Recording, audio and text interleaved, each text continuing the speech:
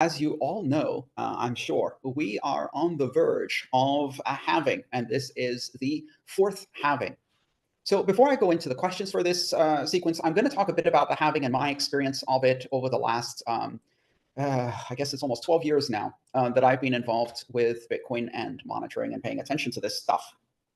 So the halving is a regularly scheduled event that happens on every 210,000 blocks of the Bitcoin blockchain. Every 210,000 blocks, something changes. And what changes is the block subsidy, which is part of the reward that miners earn by mining a block of Bitcoin. The block subsidy is reduced by half. So on Genesis, when Satoshi launched the network, every block included 50 new Bitcoin, 50 newly minted Bitcoin as part of the reward. So every block mined, the miner who mined it would earn 50 Bitcoin. 210,000 blocks, or about 4 years after that, in 2012, the first halving occurred, and the block reward was reduced to 25 Bitcoin. And that was my first halving. So I was around for the first one. 4 years later, in 2016, the block halving happened again at the 420,000th block. And the reward went from 25 Bitcoin to 12.5 Bitcoin.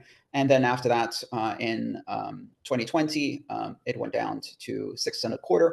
And in 5 days, 10 hours, 26 minutes-ish, it will go from 6.25 to 3.125, or 3.125 Bitcoin. All right, let's dispel some myths, look at some of the questions that arise around this time, and talk about some of the most common concerns that people have around this special time. So first of all, we say, for simplicity, that the reward will be 3.125, or 3.125 Bitcoin. But of course, on the system, in the software, in the blockchain, Bitcoin does not exist as a unit of measurement. What is measured instead is Satoshis. So in fact, the reward will be 312,500,000 Satoshis.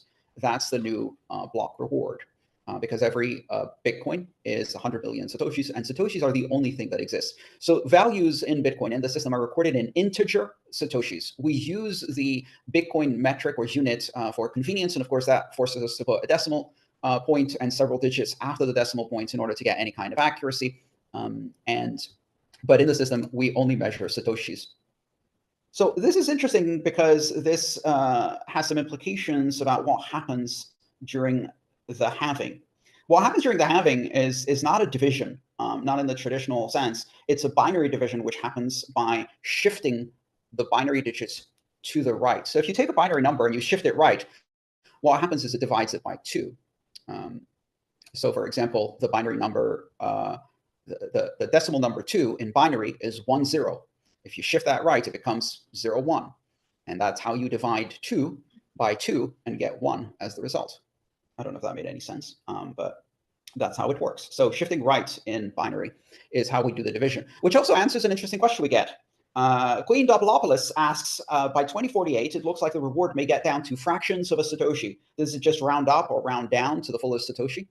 So fractions of a Satoshi do not exist. Satoshi is always recorded as an integer. The only place where we do have less than a Satoshi, we go down to millisatoshi, is the Lightning Network. And in that case, in fact, it is rounded up when it hits the blockchain to integer Satoshi. So what happens when you take the binary number 1, which is the smallest integer 1 Satoshi reward, at some point, and it's actually going to be in the year 2142 approximately. What happens when you shift that right by 1 position? It becomes 0. That's all that happens. Now, in binary arithmetic, actually, it doesn't become 0. And here's an interesting bit of historic trivia from the Bitcoin system, because Satoshi wrote this equation to simply shift right.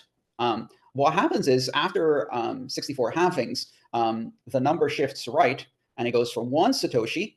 And then in binary, if you shift right and there's only 1 digit, what it does is it wraps around to the maximum number you can encode as a binary number. So the 1 ends up going to the other side, to the left, which, if you have perhaps already figured it out, means that based on the original implementation of the formula that exists in the Bitcoin network, in the last halving, the reward would go from 1 Satoshi to, I believe it would have been 6 billion Satoshi, 6.4 billion Satoshi, as the reward of the very next block, which is not desirable, not desirable. Some might even call that a bug.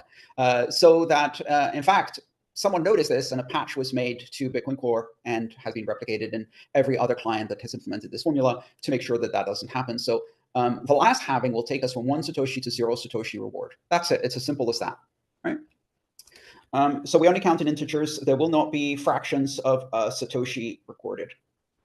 Now, another strange thing happens during the halving, and that is a flurry of speculation, especially among media that is not Bitcoin savvy, about what the impact of the halving will be on the price, on the health of the network, et cetera, et cetera.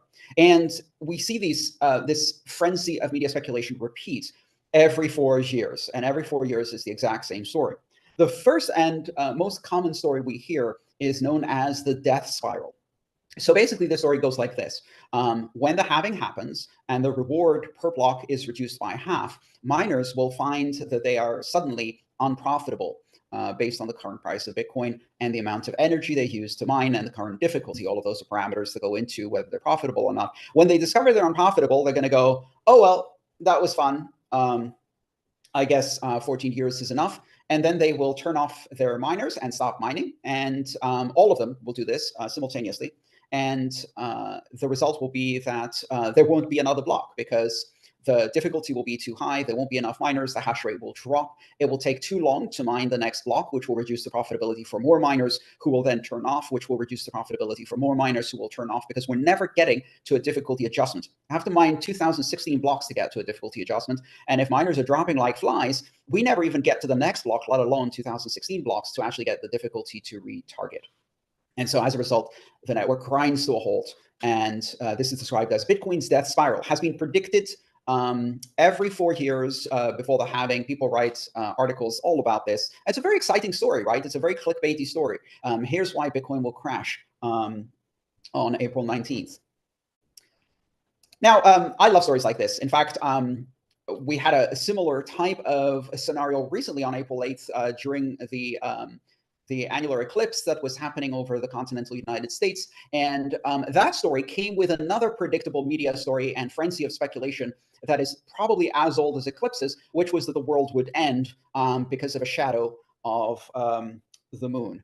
And so the world would end on April 8th. I know in the US, a lot of people were preparing for the rapture. My favorite story was one lady who spent the previous few weeks going to her favorite diner and tipping hundreds and hundreds of dollars on every meal she wanted to give out all of her money before the rapture to kind of square her accounts with God.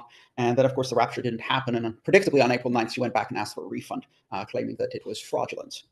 So the rapture didn't happen, and neither will Bitcoin's death spiral. The world did not end. But despite the fact that this is a story that, simply based on looking at the previous 4 occasions, you could dismiss as fanciful, we are hearing it again. So a lot of people are worried about the death spiral of Bitcoin. Now, the reason why this story doesn't make sense is because miners are not a monolithic block. They are experiencing a very broad variety of circumstances which will inform their decisions on profitability. So if all miners were running the same equipment with the same efficiency, buying electricity from the same electricity provider at the same price, and the Bitcoin price didn't change while the rewards dropped by half, yes, all miners would become unprofitable at the same time. And if they somehow failed to notice that this was coming.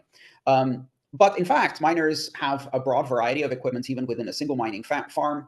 Between miners, there'll be different equipment with different efficiency. They buy electricity from vastly different electricity providers at vastly different prices. And so while some miners may find that some of their equipment in some of their locations has become unprofitable and turn that equipment off, not all equipment at all locations and not all miners will become unprofitable at the same time. And so as long as there are enough miners to mine the next block, and if you do the math, it's really simple. If half the miners disappeared, all that means is that the next block would come out in 20 minutes instead of 10. Even if half the miners turned off their equipment and the hash rate dropped by half, we would then have 20-minute blocks. And we would have 20-minute blocks for 2,000 blocks, which would mean 4 weeks. And then after 4 weeks, there'd be a difficulty retargeting. The difficulty would drop by half. And all of the miners who hung in there and kept their systems would suddenly become very profitable. There's another story that comes out around halving, and that is a pure microeconomics story. And that pure microeconomics story looks at Bitcoin itself as a commodity that is priced based on a supply-demand curve, as if it's a consumable commodity. And that story says, well, if demand remains the same and supply is reduced by half, the price equilibrium will have to rebalance at double the price, right? So if you have a fixed demand for a product and supply is reduced by half, then the price of that product should double in order for supply and demand to match again. That story is the overly optimistic rather than the doomsday scenario. And that story comes from a lot of people who are looking at this as an opportunity to profit. So the halving represents a giant boost in the price. That story isn't so easy to dismiss. And it's not so easy to dismiss because in the last 3 halvings, that more or less did happen. Now, it doesn't happen instantly, and it doesn't happen predictably, and it doesn't happen linearly. Instead, what happens is there's a delayed response while the market catches up to the news. And sometimes that delayed response is as big as 6 months. The supply crunch certainly puts a lot of pressure, but in many cases, all that does is suppress demand. And people are waiting. They will wait to see what's going to happen with the price. And then gradually it goes up, and usually it overshoots. So instead of doubling, it usually goes a bit higher than that. Now, that's what happened in the past. Will that happen this time? Obviously, I don't know. And anybody who tells you that they know is lying. But interestingly enough, things are a bit different this halving. First of all, in many of the previous halvings, just before the halving, the Bitcoin price was relatively low by historical levels. This halving, we're going into the halving, we are preceding the halving by an all-time high Bitcoin price. So rather than trailing it by 6 months, this has kind of been priced in advance by about 6 months. And that's probably because of the ETFs and nothing to do with the halving. The second thing that's different is we're going in at an all-time high hash rate, again, preceding the event. And we're going in with institutional investors. So all of those things are new, and who knows what happens next. We'll find out. So that's the story of the halving, which happens in 5 days. Now, if you go online and you look for live countdown or Bitcoin halving clock or Bitcoin halving live countdown clock or some combination of these, you're going to find 5 or 6 different websites, and those websites are going to tell you the estimated time remaining. 2 weeks ago, those clocks were had vastly different estimates. And the reason they had vastly different estimates is because they didn't know what difficulty and hash rate would be during this epoch. There's since been a retargeting of difficulty, which happens every 2 weeks on average. And so now we know what the difficulty going into this is. And assuming that the hash rate remains stable, you're now going to see that the estimates for when this is going to happen are going to converge. And now the difference you're going to see in the estimates depends on how they calculate the 783 blocks that remain until halving. So what's the obvious way you can count this? You can say, well, 783 blocks times 10 minutes each. That's 7,830 minutes until halving, right? Easy peasy, straightforward, and probably wrong. Part of the reason it's wrong is because Bitcoin has another bug that isn't often discussed, which is the halving interval is actually calculated across 2016 blocks.